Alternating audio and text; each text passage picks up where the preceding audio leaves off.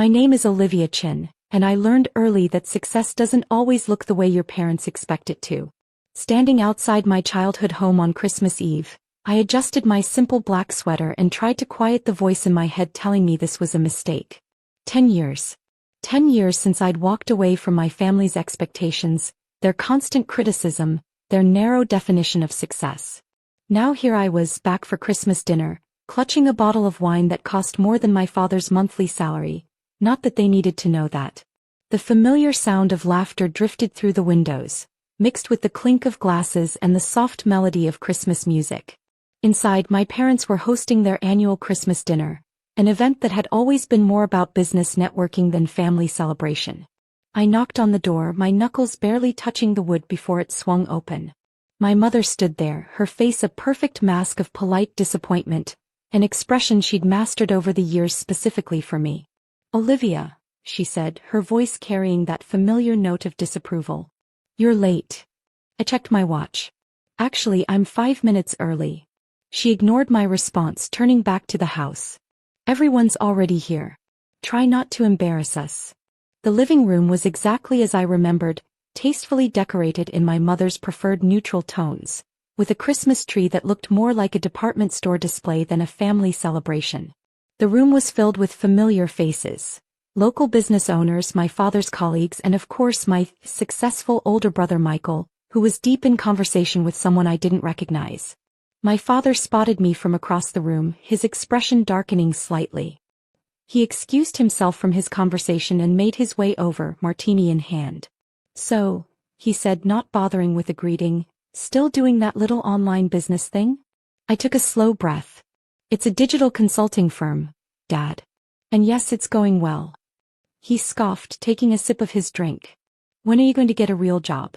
Your brother's just been made partner at his firm. He's handling accounts worth millions. What do you have to show for yourself?" Before I could respond, my mother joined us, steering a well-dressed couple in our direction. "Oh, Margaret John, have you met our daughter?" Her tone carried that subtle note of apology she always used when introducing me. "She's exploring different career options." I felt my face grow hot as Margaret raised her perfectly shaped eyebrows.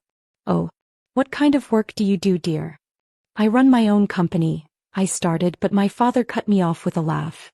"Look at our useless daughter," he chuckled, the alcohol making him bolder than usual. "Can't even get a real job." My mother joined in with a practiced laugh. "At least Michael is carrying on the family legacy. Sometimes I wonder where we went wrong with Olivia." The room suddenly felt too small, too warm. I'd built Horizon Digital from nothing into a company that was about to close a $50 million deal. But here I was, still that disappointing daughter who couldn't meet their expectations. The doorbell rang, cutting through the humiliation. My mother's eyes widened with excitement. "Oh, that must be James Anderson. He's considering a major contract with your father's firm." As she hurried to the door, I reached for my CO badge in my purse, the one I'd almost left in the car. I'd come straight from our office Christmas party, where I'd given a speech to our 200 employees. The badge with its embossed logo was still clipped to my bag. The front door opened and I heard my mother's overly cheerful greeting. "Mr. Anderson, we're so honored you could join us." Heavy footsteps approached the living room. I turned and time seemed to freeze. James Anderson, the CEO of Anderson Technologies, stopped dead in his tracks. His eyes locked onto my badge, then my face, then back to my badge. "Madame Sue," he said, his voice carrying across the suddenly silent room. "I didn't know these were your parents." I felt a small smile tugging at my lips as I watched my parents' faces drain of color. The badge on my purse caught the light, displaying clearly, "Olivia Chen, CEO of Horizon Digital Industries." The same company that was about to acquire the biggest tech firm in the city. The same company that had just signed a $50 million deal with Anderson Technologies. The same company my parents had dismissed as my little online business thing. My father's martini glass slipped from his fingers, shattering against the hardwood floor. Sometimes karma arrives in the most unexpected moments. And sometimes, it arrives wearing a CEO badge at your family's Christmas dinner. The silence that followed felt eternal. Shards of my father's martini glass glittered on the floor, much like the pieces of their perfectly crafted illusion shattering around us. Mr. Anderson stepped forward, either oblivious to or deliberately ignoring the tension. I must say, Olivia has been absolutely brilliant in handling our recent partnership. The innovation her team brought to the table. He turned to my parents, beaming. You must be incredibly proud. My mother's mouth opened and closed like a fish out of water. My father seemed frozen in place, his face ashen. Michael, my ever-successful brother, had suddenly found great interest in his shoes. My mother started, her voice trembling. Of course we're proud. The lie tasted bitter in the air. Mr. Anderson continued enthusiastically. When she proposed the $50 million digital transformation project, I'll admit I was skeptical. But her presentation was flawless. Speaking of which, he turned to me, I heard rumors about your upcoming acquisition of TechCore Systems. Quite ambitious. I could practically hear my father's neck snap as his head whipped toward me.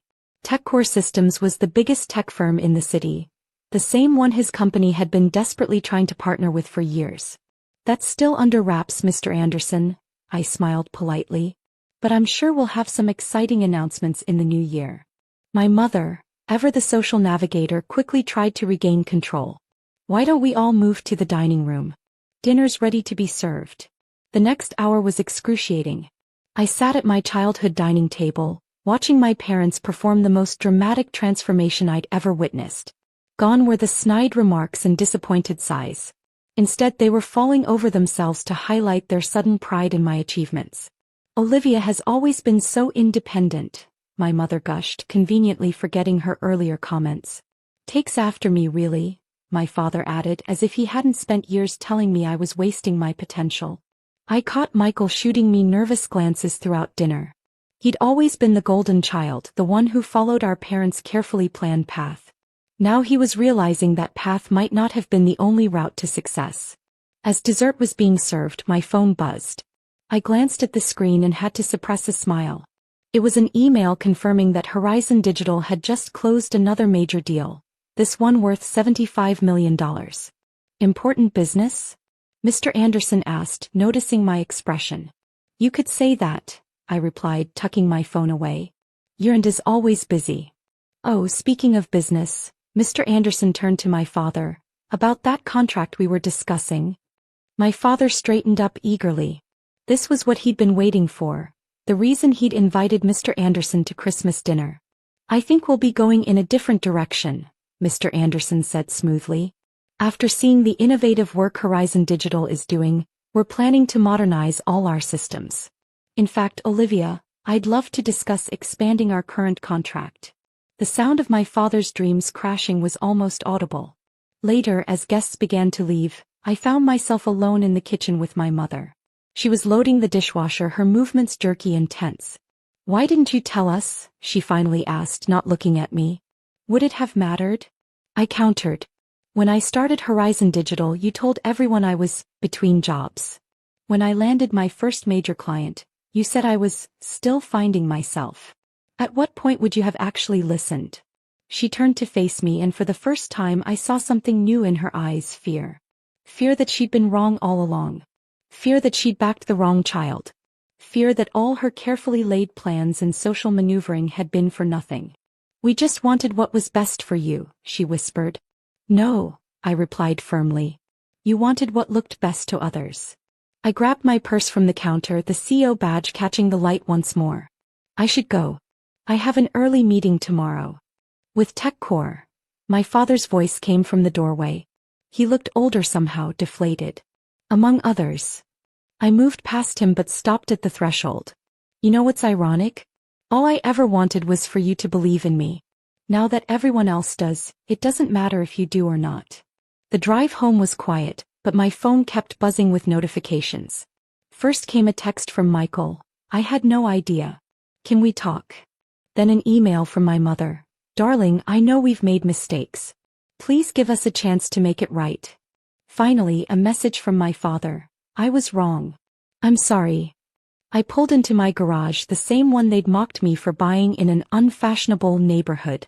Now it housed my Mercedes alongside my first car, the beaten-up Honda I'd lived in for 3 months while bootstrapping my company.